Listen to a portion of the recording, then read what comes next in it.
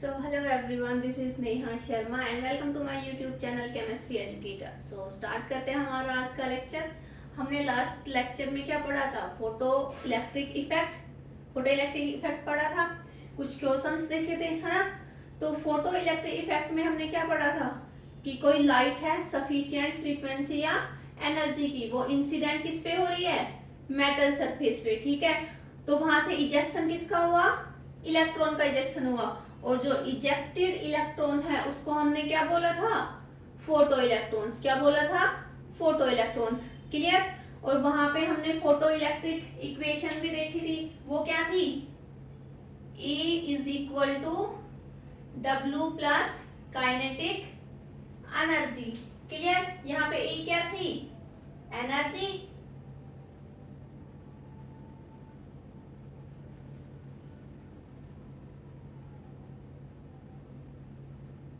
W क्या था यहाँ पे? Work function. And K is kinetic energy. Clear? ठीक है, तो आज हम क्या पढ़ेंगे? कुछ बेसिक टर्म्स हैं, है ना? जैसे E बाई एम रेशियो। क्या है E बाई एम रेशियो? या इसको हम क्या बोल सकते हैं? Charge by mass ratio. Charge by mass ratio. ठीक है। इसका और नाम क्या है? इसका एक और नाम है जिसको हम क्या बोलते हैं? स्पेसिफिक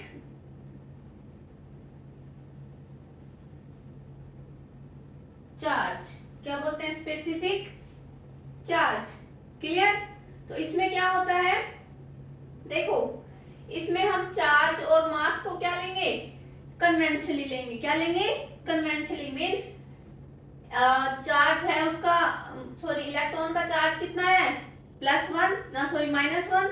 और मास कितना लेंगे? +1। ठीक है। कैसे लोगे? देखो, अगर इलेक्ट्रॉन E बाई एम लेंगे, चार्ज बाई मास किसके लिए लेंगे? प्रोटॉन के लिए लेंगे। तो क्या आएगा?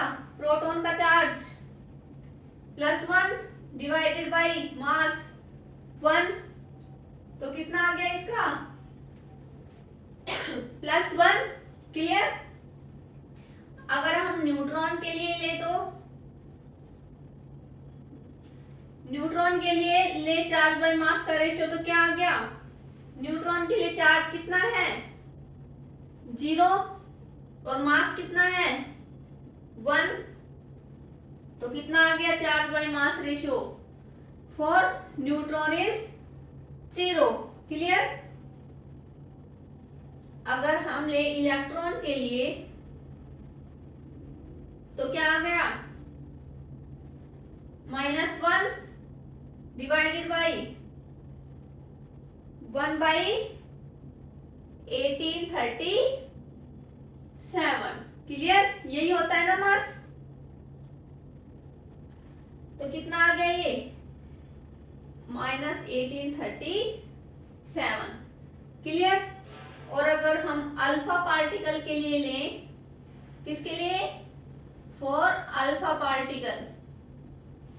तो इसके लिए बताओ, अल्फा पार्टिकल के लिए चार्ज कितना लेंगे हम? अल्फा पार्टिकल डबली चार्ज होते हैं ना, तो कितना लेंगे ये? +2। एंड मास कितना है? 4। तो कितना आ गया? +0.5, या क्या लिख देंगे? 1/2। क्लियर? आ गया समझ? जल्दी से नोट डाउन करो।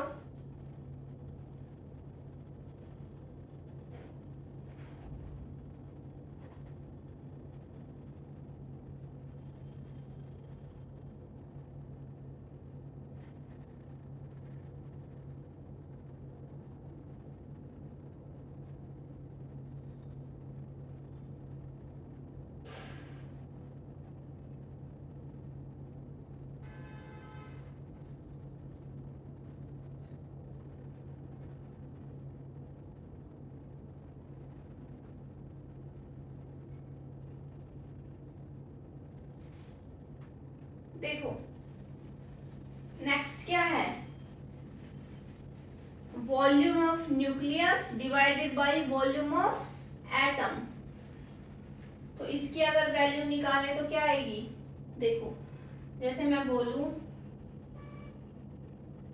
What is the fraction of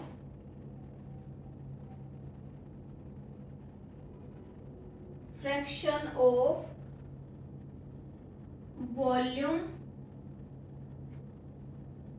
occupied by nucleus in atom, है ना। तो इसमें क्या निकालोगे, volume of nucleus divided by volume of atom, ठीक है। तो इसके लिए क्या निकालोगे, देखो न्यूक्लियस और एटम को क्या माना था हमने, इसकी शेप क्या कैसी थी, स्फेरिकल, है ना।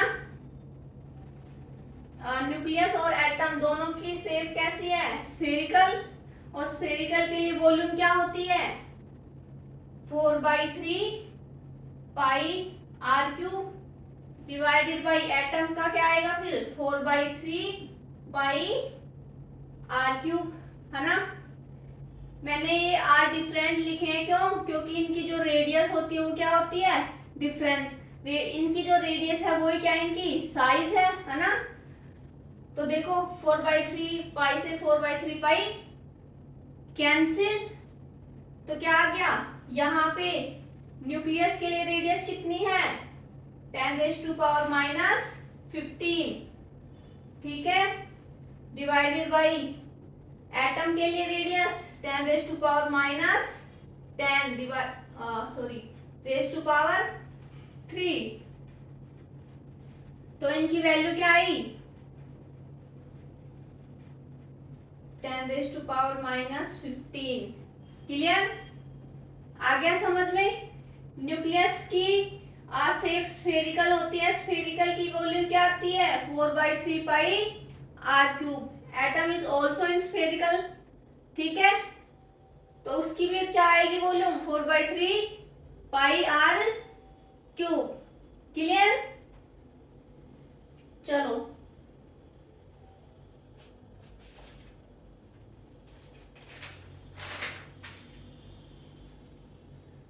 तो कुछ बेसिक एटॉमिक टर्म्स हैं जो आपने पहले भी पढ़ी होंगी, है ना।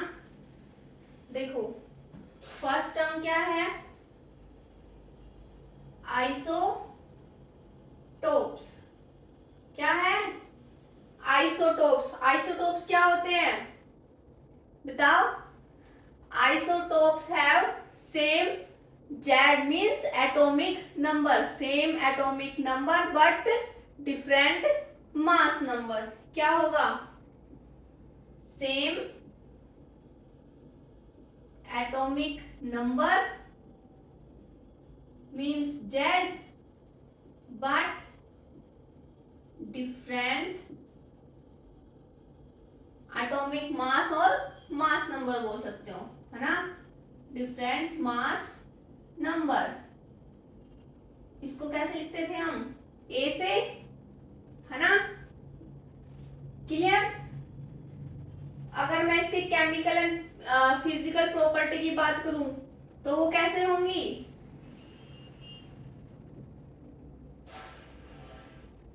दे have same chemical property. Isotopes के लिए उनकी केमिकल प्रॉपर्टी क्या होती है, same but slightly different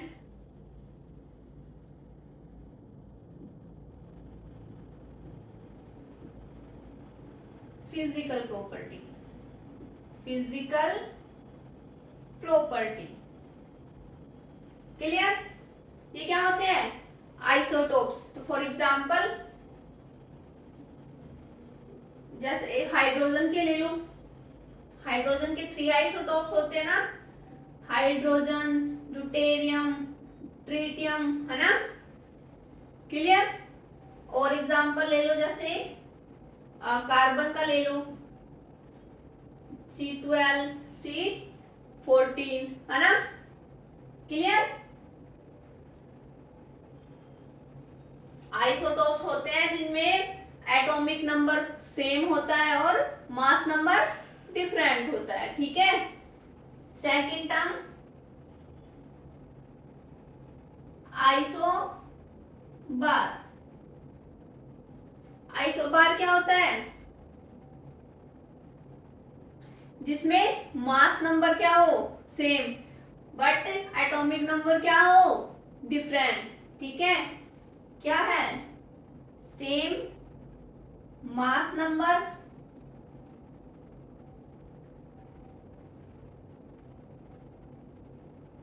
but atomic number is different,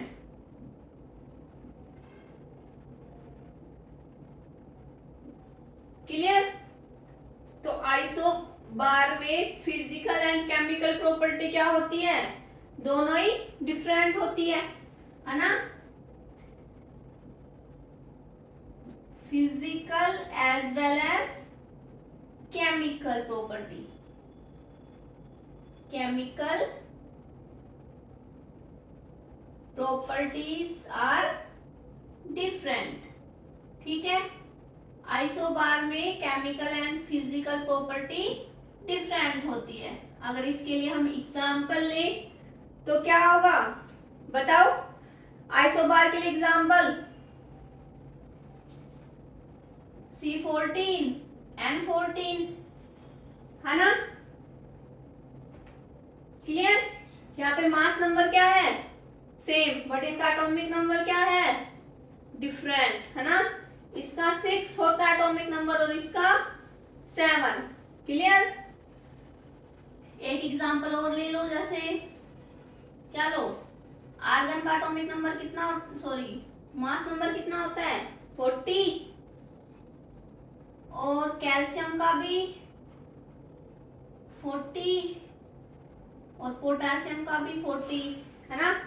argon के आइसोटोप्स ले लिया और पोटेशियम का आइसोटोप और कैल्शियम का, है ना। तो इनका तीनों का जो एटॉमिक मास है वो कितना है, सेम है, बट इनका एटॉमिक नंबर क्या होगा, डिफरेंट होगा, क्लियर। जल्दी से नोट डाउन करो।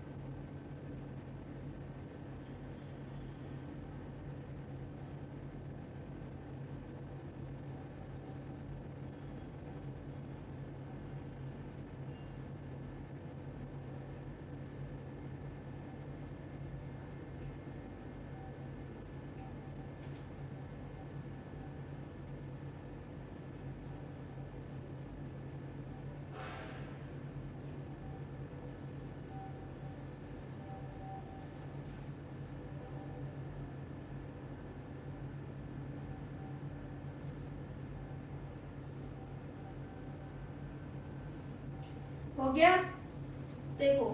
तो नेक्स्ट टर्म कौन सी है, आइसोटोन्स। क्या होता है आइसोटोन्स, पता है किसी को? हाँ, देखो थर्ड टर्म क्या है, आइसोटोन्स। आइसोटोन्स में क्या होता है, isotones have same number of neutron. इसमें नंबर ऑफ न्यूट्रॉन सेम रहते हैं, है ना। और हम नंबर ऑफ न्यूट्रॉन कैसे निकालते हैं, A माइनस जेड, ठीक है। कैसे निकालोगे, लिखो isotones have same number of neutron, ठीक है। और न्यूट्रॉन्स कैसे निकालते हैं, A माइनस जेड, क्लियर। तो इसके लिए फॉर एग्जांपल देखो, अगर मैं ले 14C और 14 N, ठीक है। इसके लिए देखो क्या आएगा,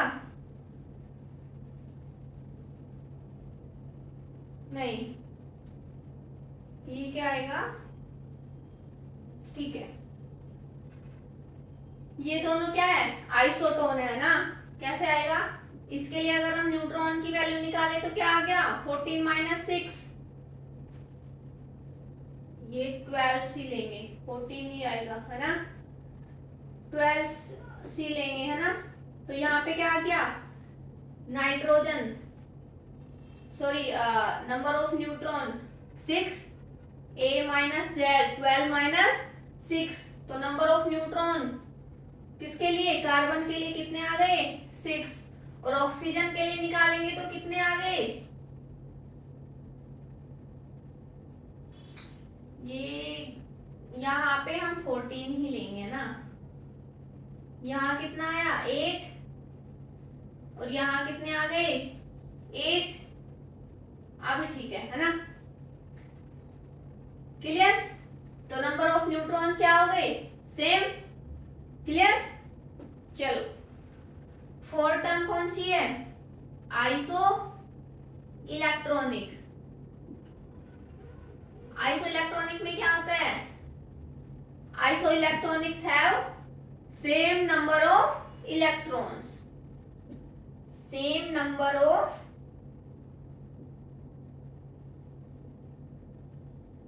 इलेक्ट्रॉन्स, ठीक है। तो इसके लिए अगर एग्जांपल देखें तो क्या क्या, F नेगेटिव, O2 नेगेटिव और नियोन। तो इनके लिए क्या आ गए, F नेगेटिव में कितने इलेक्ट्रॉन होते हैं,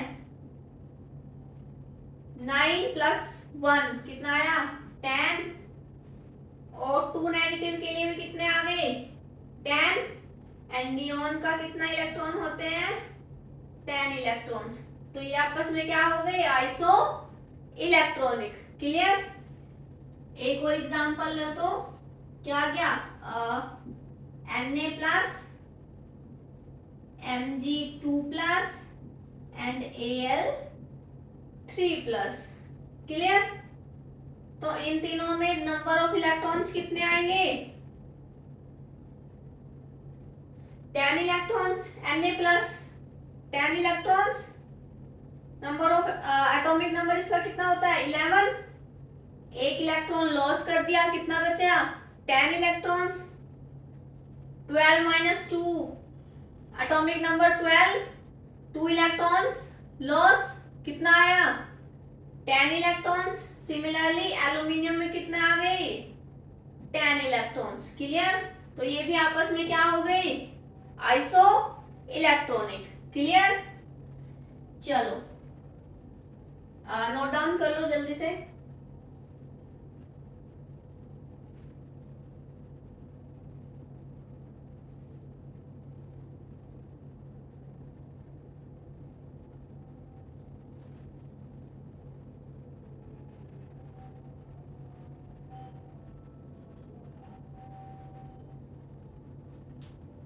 देखो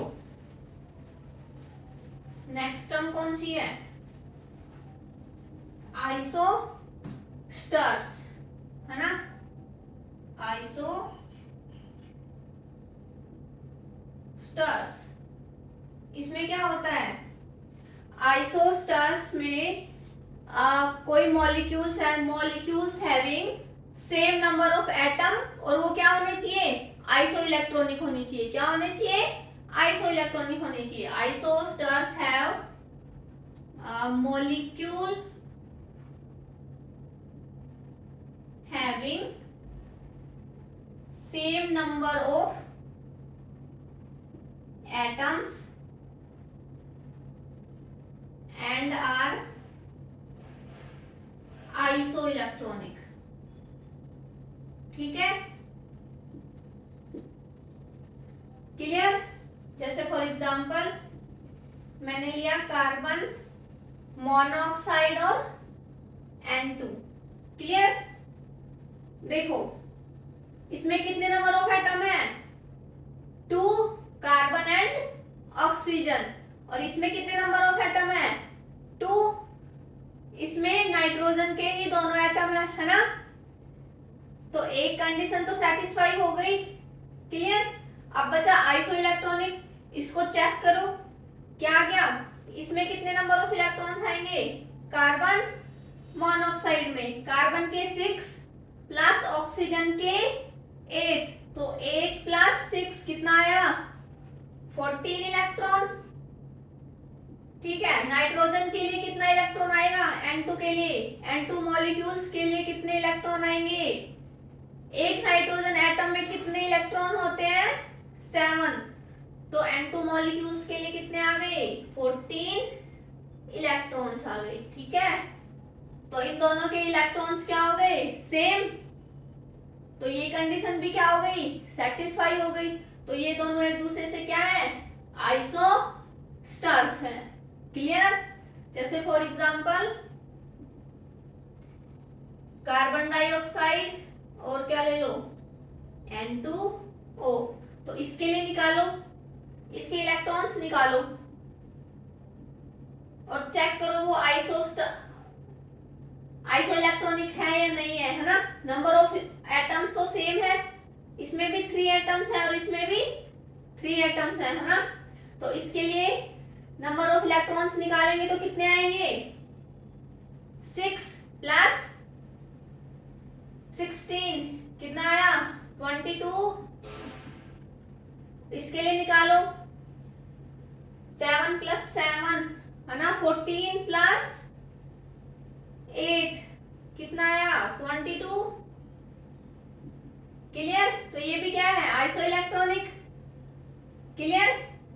तो आइसोस्टार्स क्या हो गए? Molecules having same number of atoms and are isoelectronic. Clear. चलो सेकंड टर्म कौन सी है? नेक्स्ट टर्म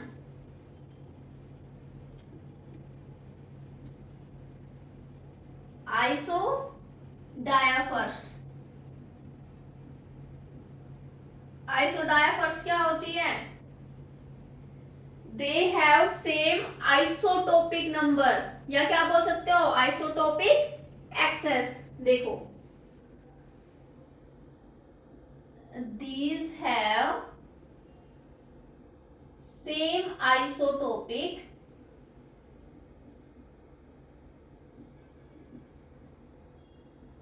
नंबर, और क्या बोल सकते हैं हम?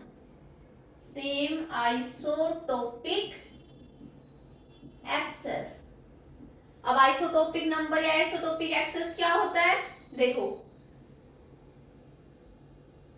आइसोटोपिक नंबर या एक्सेस क्या होता है? N-P। Clear. Number of isotopic number और एक्सेस क्या होता है? N-P। ठीक है। जैसे फॉर एग्जांपल मैं ले लूं फॉस्फोरस का ले लिया 1531। तो इसके लिए अगर हम न्यूट्रॉन निकालें तो कितना आया? 31 माइनस 15 कितना आ गया? 16। और इसके लिए प्रोटॉन कितना है? फॉस्फोरस के लिए प्रोटॉन 15। तो आइसोटोपिक नंबर या आइसोटोपिक एक्सेस निकालें तो फॉस्फोरस का कितना आ गया? 16 माइनस 15 कितना आया? 1। क्लियर। ठीक है। चलो तो इसको अगर हम और सोल्व करें तो नंबर ऑफ न्यूट्रॉन कैसे निकालते हैं? A minus Z. और नंबर ऑफ प्रोटॉन किसके इक्वल होता है? नंबर ऑफ एटॉमिक नंबर के इक्वल होता है ना। तो क्या आ गया? A minus 2Z। क्या आ गया? A minus 2Z। क्लियर। तो अब अगर हम एग्जांपल लें आइसोडाइफर्स के लिए तो क्या आ गया? यूरेनियम कितना है? 92 238। और क्या ले लो? थोरियम 90 234। क्लियर। तो ये एक दूसरे के क्या है? आइसो डायाफर्स। या और एग्जांपल ले लो, हीलियम, कार्बन, ऑक्सीजन, नाइट्रोजन, ये भी क्या है, आइसो डायाफर्स। क्लियर? इनको सोल्व करके देख लो, ये वैल्यू हर किसी के लिए क्या आएगी, सेम आएगी, है ना? क्लियर? तो जल्दी से नोट डाउन करो।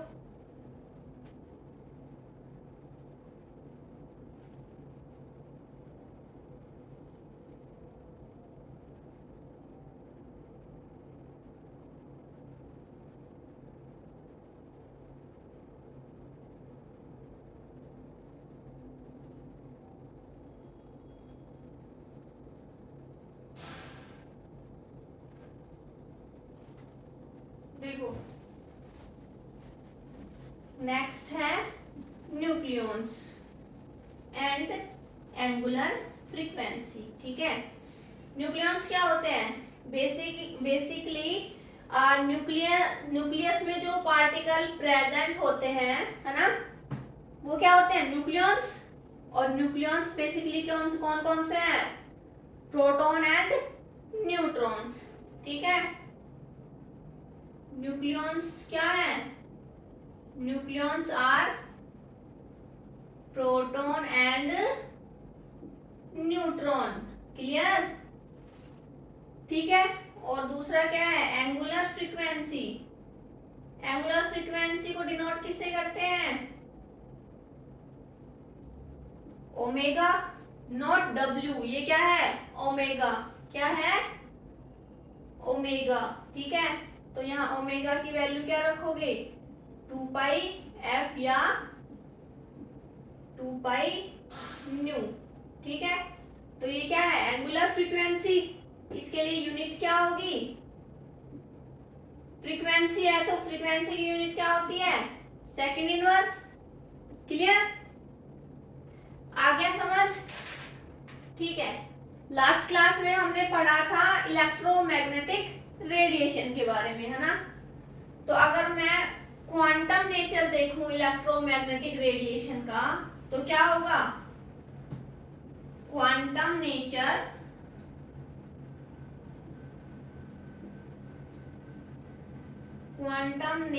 Of electromagnetic radiation. तो जो इलेक्ट्रोमैग्नेटिक रेडिएशन है वो क्लासिकली कंसिडर्ड किस में होती है? As a wave. ठीक है, क्या होती है? देखो, EMR were classically considered as wave. So, however, some experiment,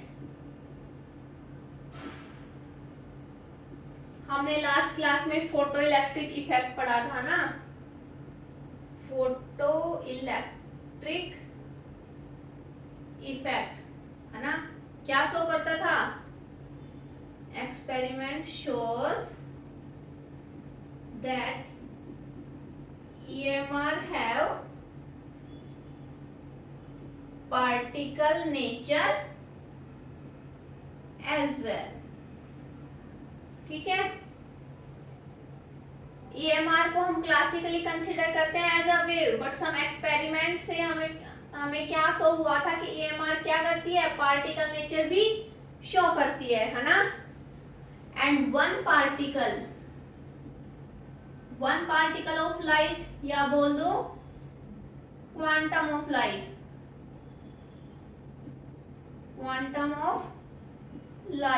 उसको हम क्या बोलेंगे?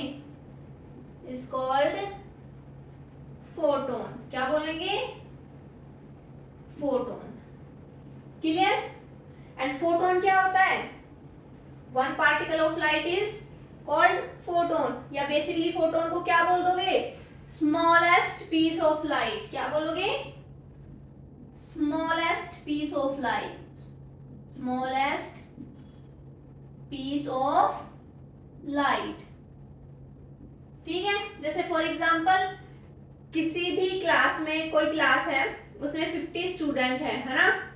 तो उसकी स्मॉलेस्ट यूनिट क्या होगी? One single student. तो उसी तरह सिमिलर जो लाइट का जो स्मॉलेस्ट पीस होगा वो क्या बोलेंगे उसको? फोटोन। क्लियर?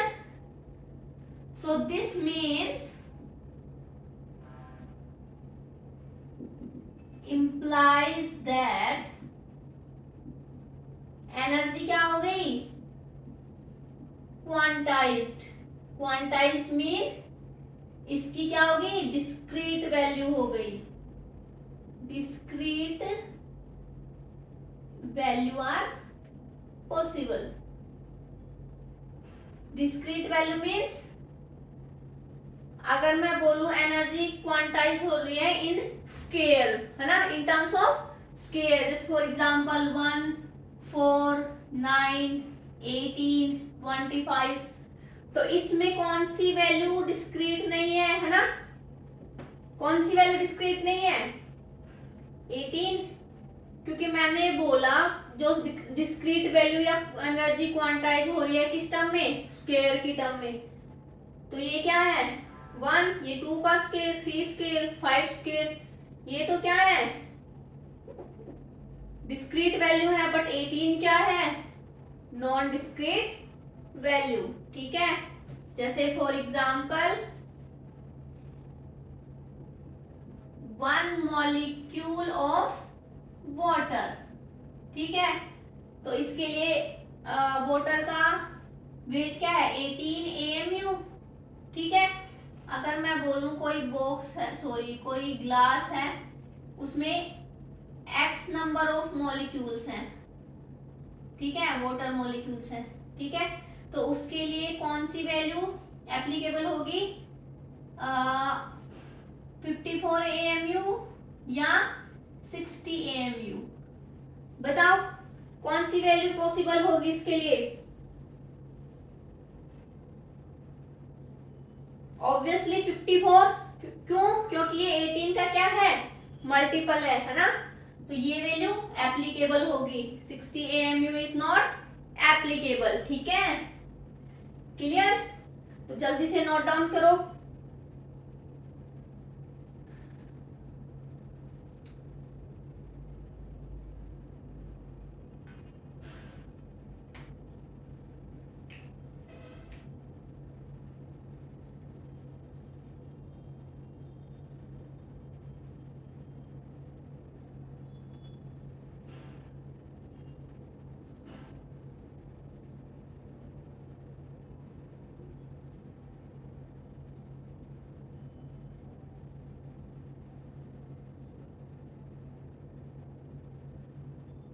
चलो नेक्स्ट क्या है देखो, यहीं लिख देती हूँ।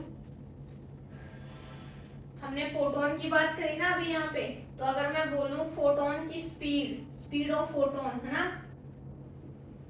फोटोन स्पीड, तो फोटोन की स्पीड किसके इक्वल होगी? स्पीड ऑफ लाइट, क्योंकि लाइट का ही पार्ट है ना, किसके इक्वल होगी? Speed of light. और अगर मैं बोलूं फोटोन का rest mass, photon rest mass क्या होगा? 0। ठीक है, एंड फोटोन की एनर्जी, एनर्जी ऑफ फोटोन,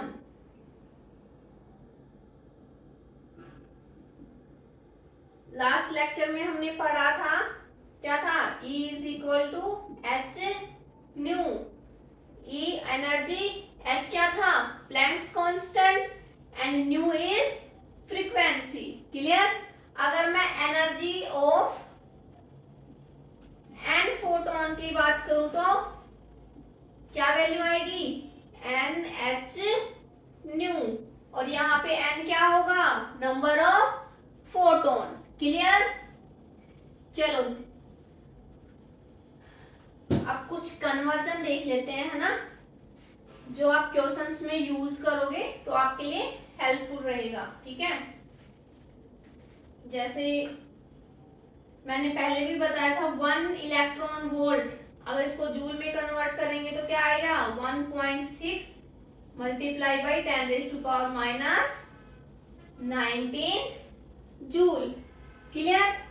अगर मैं 1 इलेक्ट्रॉन वोल्ट को जूल पर मोल में लूं तो पर मोल में लूं तो क्या करोगे? देखो क्या आएगा 1.6 10⁻⁻19 मोल में ले रहे हैं तो किससे मल्टीप्लाई कर दोगे? एवोगैड्रो नंबर से, है ना? तो क्या आ गया 6.023 इंटू 10⁻23। क्लियर? तो इसकी जो वैल्यू आएगी वो कितनी आई? 9.6 इंटू 10⁻4 जूल पर मोल। ठीक है, क्लियर? और अगर मैं 1 इलेक्ट्रॉन वोल्ट को किलो जूल पर मोल में लूं तो क्या आ गया? 96। क्लियर? चलो तो मैं एक एग्जांपल देती हूं आपको, उसको सोल्व करना।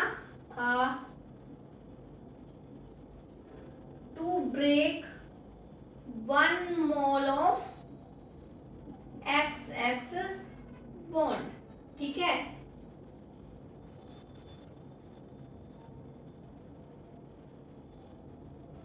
द एनर्जी रिक्वायर्ड है 384 kilo joule. So find out the wavelength of photon. Photon की क्या निकालनी है? Wavelength that can be used to break X2 molecule। ठीक है, तो ये क्वेश्चन सोल्व कर दो जल्दी से।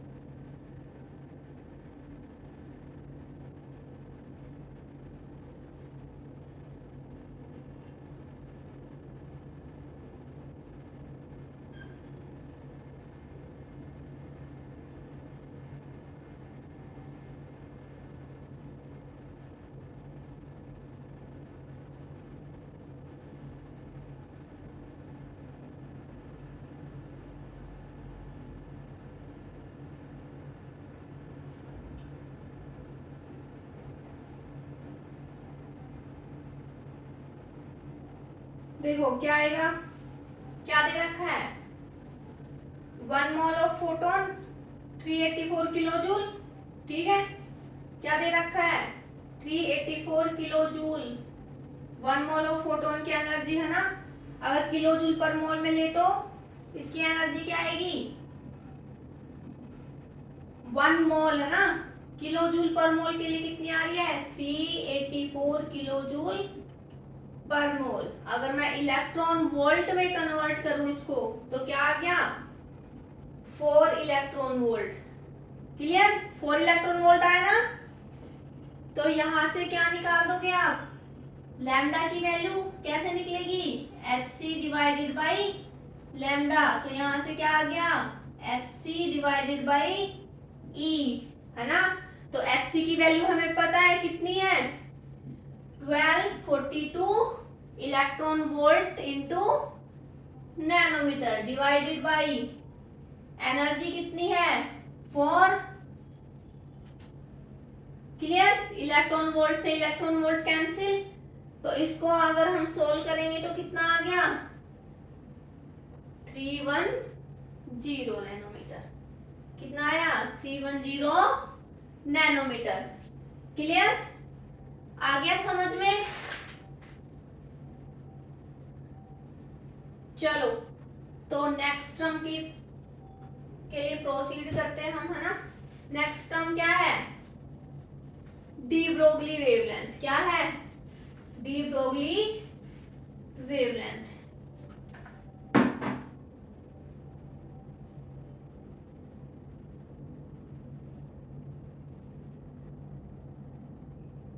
डी ब्रोगली वेवलेंथ इसमें क्या बोलता है, देखो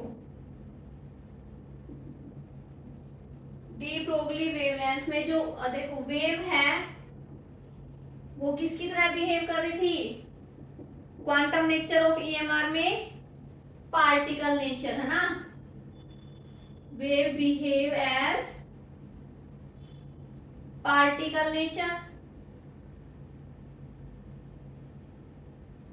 क्लियर। तो पार्टिकल्स है वो कैसे बिहेव करेंगे, वो वेव नेचर की तरह बिहेव करेंगे, है ना। So particle is also behave as wave nature, ठीक है,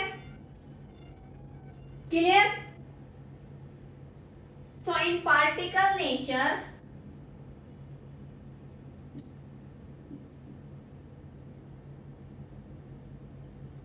अगर सब्सटेंस पार्टिकल नेचर की तरह बिहेव करता है तो हमें पता है आइंस्टीन की इक्वेशन क्या होती है, E is equal to mc square, ठीक है।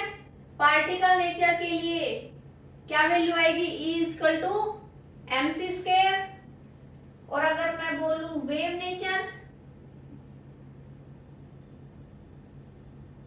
तो इसके लिए क्या निकाला था हमने एनर्जी की value, hc divided by lambda, clear. तो अगर अब substance particle as well as wave nature behave करता है तो ये दोनों वैल्यू क्या हो जाएंगी, इक्वल हो जाएंगी। क्या हो जाएंगी, इक्वल। तो क्या आ गया, energy of particle equal to energy of wave, ठीक है। तो क्या आ गई, mc square equal to hc divided by lambda, ठीक है। तो यहां से लैम्डा की वैल्यू निकाल दो, यहाँ जो लैम्डा होगी वो क्या होगी, डी ब्रोगली वेवलेंथ। तो यहां से लैम्डा की वैल्यू क्या आएगी, hc divided by mc square. तो क्या आ गया, h डिवाइडेड बाई mc, ठीक है।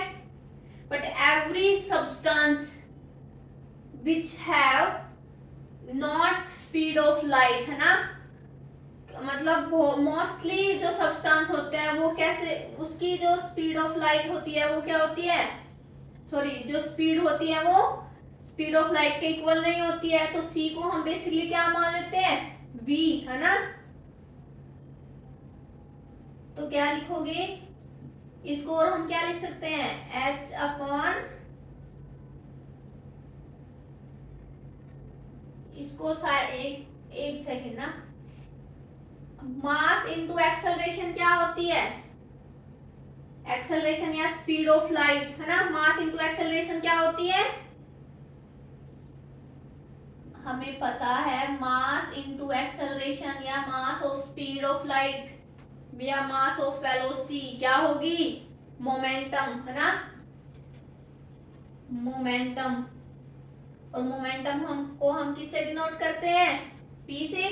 तो यहाँ क्या आ गया, p, और हम क्या लिख सकते हैं, h, p को हम क्या लिख सकते हैं, mv, क्योंकि every substance is not equal to speed of light. Simply जो पार्टिकल्स होंगे उसकी जो स्पीड होगी वो कितनी होगी, v, है ना। तो यहां से लिख दो, अगर मैं रिलेशन देखूं, है ना, रिलेशन देखूं मोमेंटम एंड काइनेटिक एनर्जी का, तो आपको पता है कि क्या होगा, क्या होता है, kinetic energy equal to p square divided by 2m, याद है ना। p क्या होती है, mv, एंड काइनेटिक एनर्जी क्या होती है, हाफ mv स्क्वायर।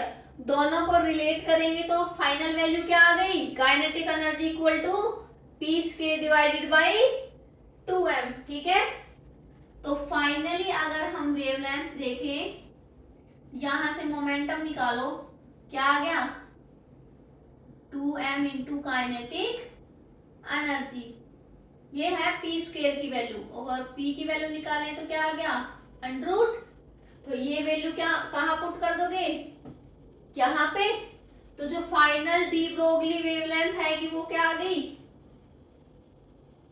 कितनी आई, h divided by mc, h divided by p, या और हम क्या लिख सकते हैं h divided by m v, है ना, या h divided by under root 2m kinetic energy. ठीक है, और एक और टर्म में लिख सकते हैं क्या, h divided by under root 2m q v, यहाँ पे v क्या है वोल्टेज, और क्यू क्या होगा चार्ज ऑफ इलेक्ट्रॉन। क्लियर, तो फाइनली डी ब्रोगली वेवलेंथ क्या आ गई ये। ठीक है,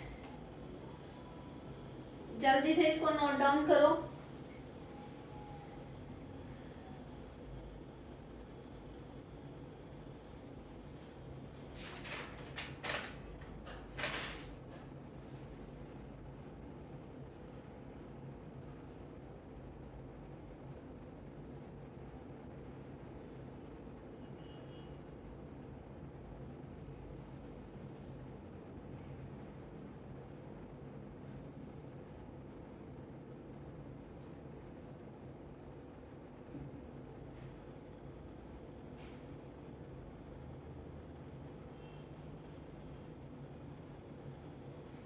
देखो मैं ये दिख नहीं रहा तो ऊपर लिख देती हूँ, क्या in de Broglie wavelength,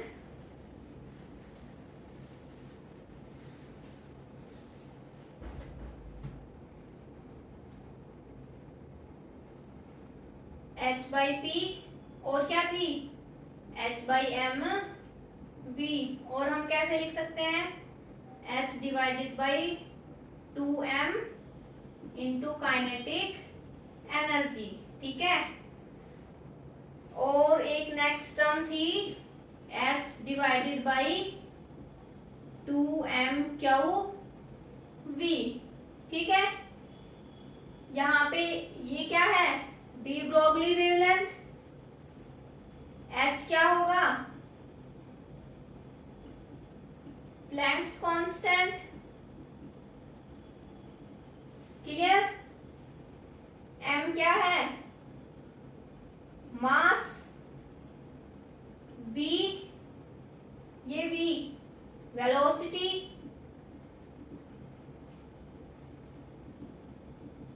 kinetic energy,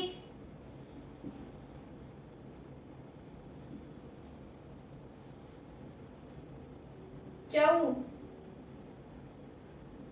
charge of an electrons, and capital V is potential difference। Clear, note down कर लिया। चलो तो for example let's take an example, find de Broglie wavelength, किसे डिनोट कर रही हूं मैं लैम्डा डी बी से। ठीक है, तो find de Broglie wavelength of a particle of mass is 5 kg, 5 kg, moving with a speed of 20 metre पर सेकेंड। ठीक है, यूनिट याद रखना हमेशा किस में लेंगे एसआई में। ठीक है, एसआई यूनिट यूज करेंगे। तो इसको सॉल्व करो।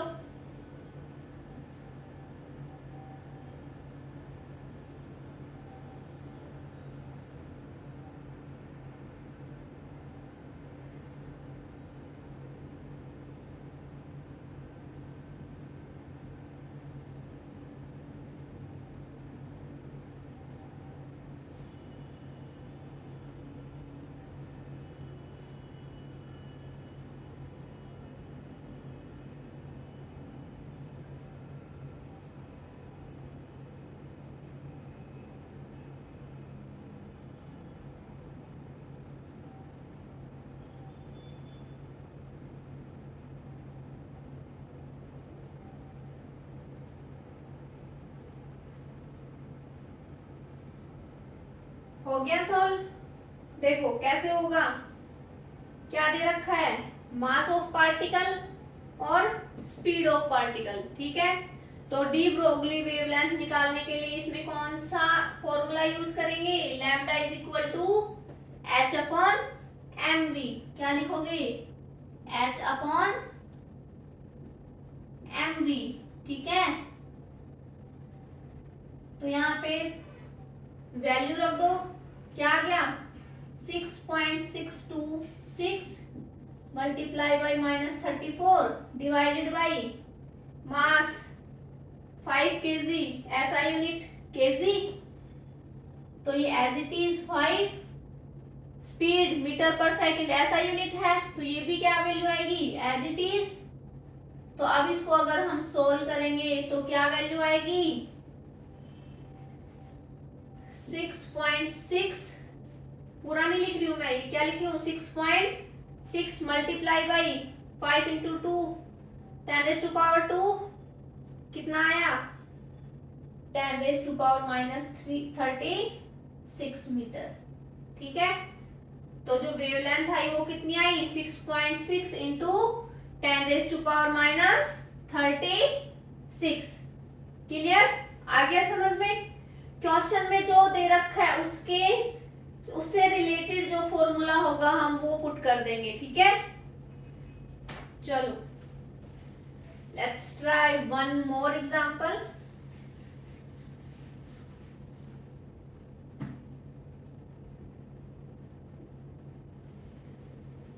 क्या है, ए golf ball of mass is 100 ग्राम, ठीक है, and is moving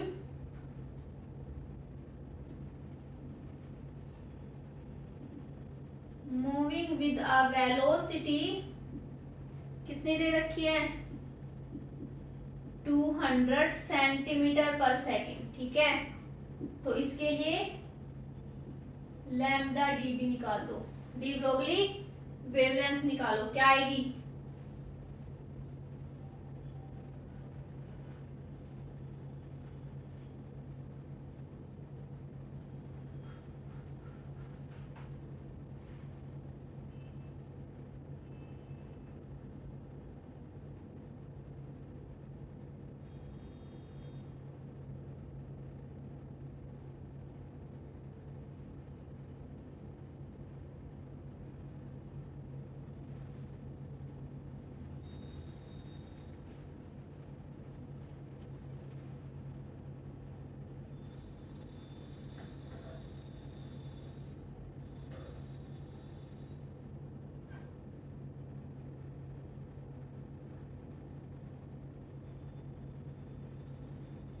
देखो क्या दे रखा है हमें, mass of substance and velocity of substance, ठीक है।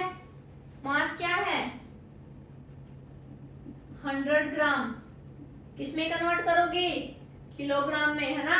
तो क्या आ गया 0.1 किलोग्राम, ठीक है। एंड वेलोसिटी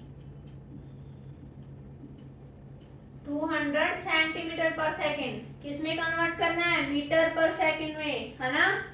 ऑलवेज ऐसा यूनिट लेंगे, तो कितना आ गया 2 मीटर पर सेकेंड, ठीक है। अब इसको सोल्व कर दो, डी ब्रोगली वेवलेंथ निकालेंगे तो कौन सा फॉर्मूला यूज करेंगे, एम वी, कितना आया 6.626 मल्टीप्लाई बाई -10⁻⁻34, मास कितना है 0.1 मल्टीप्लाई बाई वेलोसिटी इज 2, तो कितना आ गया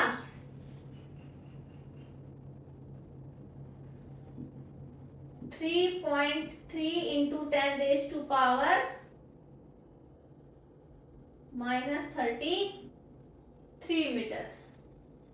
क्लियर, चलो let's try one more example. Find the D Broglie wavelength of an electron. अब किसके लिए निकालना है, इलेक्ट्रॉन के लिए, ठीक है। moving with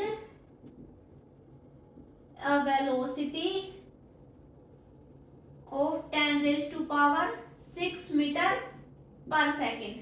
तो इसके लिए डी ब्रोगली वेवलेंथ निकाल दो।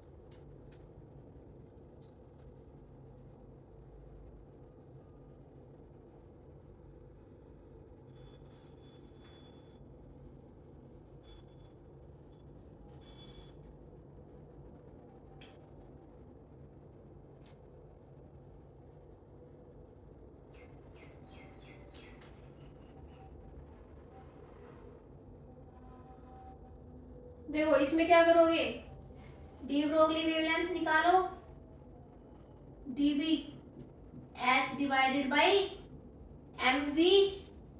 तो यहाँ पे प्लैंक्स कांस्टेंट की वैल्यू रखो -34 डिवाइडेड बाई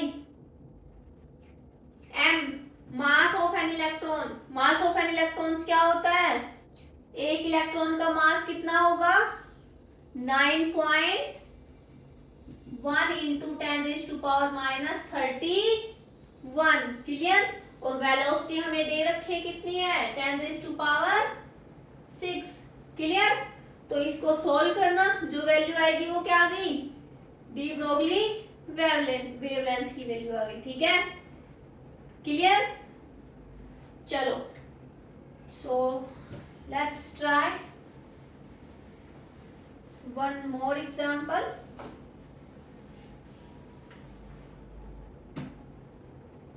क्या दे रखा है हमें,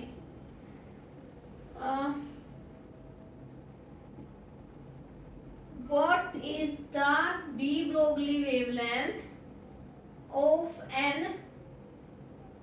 electrons that is accelerated from rest through a potential difference of 8 volt. ठीक है, तो इसको सोल्व करो। अब की बार हमें क्या दे रखा है, पोटेंशियल डिफरेंस, है ना, पोटेंशियल डिफरेंस दे रखा है। तो कौन सा फॉर्मूला यूज करोगे, H divided by √2m v, sorry potential difference. ठीक है, तो कैसे सॉल्व होगा, देखो H divided by √2m into potential difference. तो यहाँ पे अगर वैल्यू पुट करेंगे तो क्या आ गया 6.626 into 10 raise to power -34 divided by 2 into, देखो m mass of an electron, है ना, तो क्या आ गया 9.1 इंटू 10 रेज़ टू पावर -31। ठीक है, and Q is charge of an electron. एक इलेक्ट्रॉन का चार्ज कितना होगा 1.6 into 10 raise to power -19। Clear. अभी नेगेटिव साइन या पॉजिटिव साइन को छोड़ो, वैल्यू क्या है 1.6 इंटू 10 रेज़ टू पावर -19। ठीक है, एंड वोल्टेज कितनी है 8, कितनी है 8 वोल्ट। ठीक है, तो अगर इसको हम सॉल्व करें तो कैसे करोगे, देखो 6.626 into 10 raise to power -34, 8 into 2 16 का रूट हटाओ कितना आया 4। ठीक है, क्लियर। इसको देखो, इसको कैसे सोल्व करोगे, इसका पॉइंट हटाओगे। ठीक है, यहाँ पे क्या आ गया -20, तो ये 16 का अंडर रूट हटाओ, कितना आया 4, तो 4 इंटू 4 16,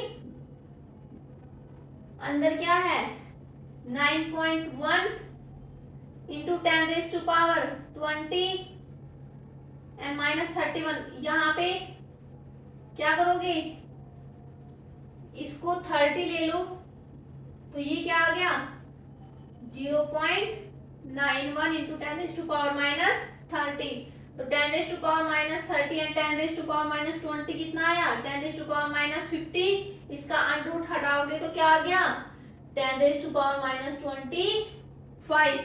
तो अब देखो अंडर रूट 0.9 क्या होता है 0.95, clear.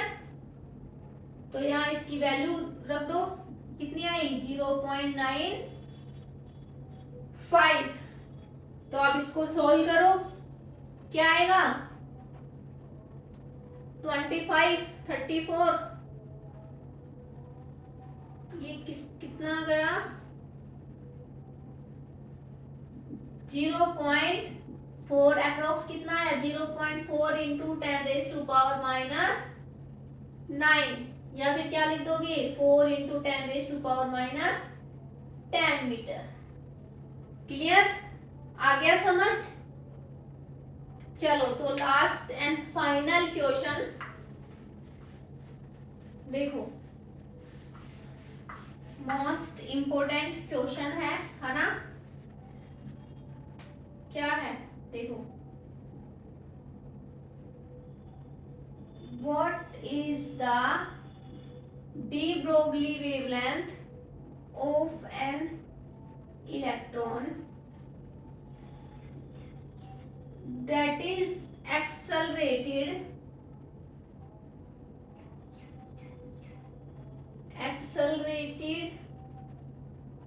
of v volts starting from rest,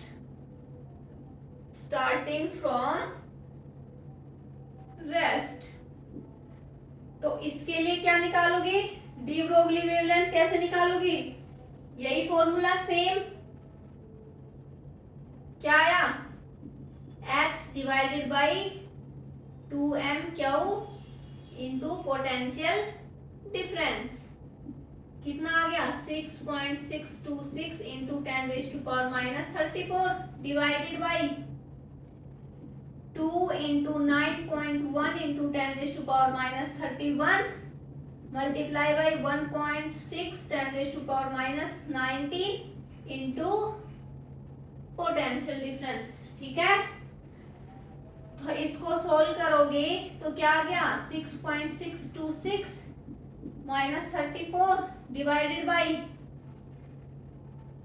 18.2 multiply by 1.6 है ना, 31 एंड 19 50 25 10⁻25, ठीक है, इंटू वी, तो कितना आया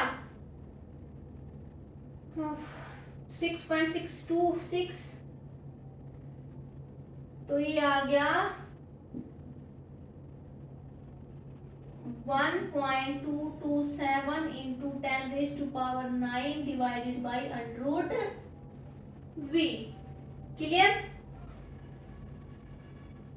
या फिर हम इसको क्या लिख सकते हैं 12.27 into 10⁻⁻10 divided by under root we.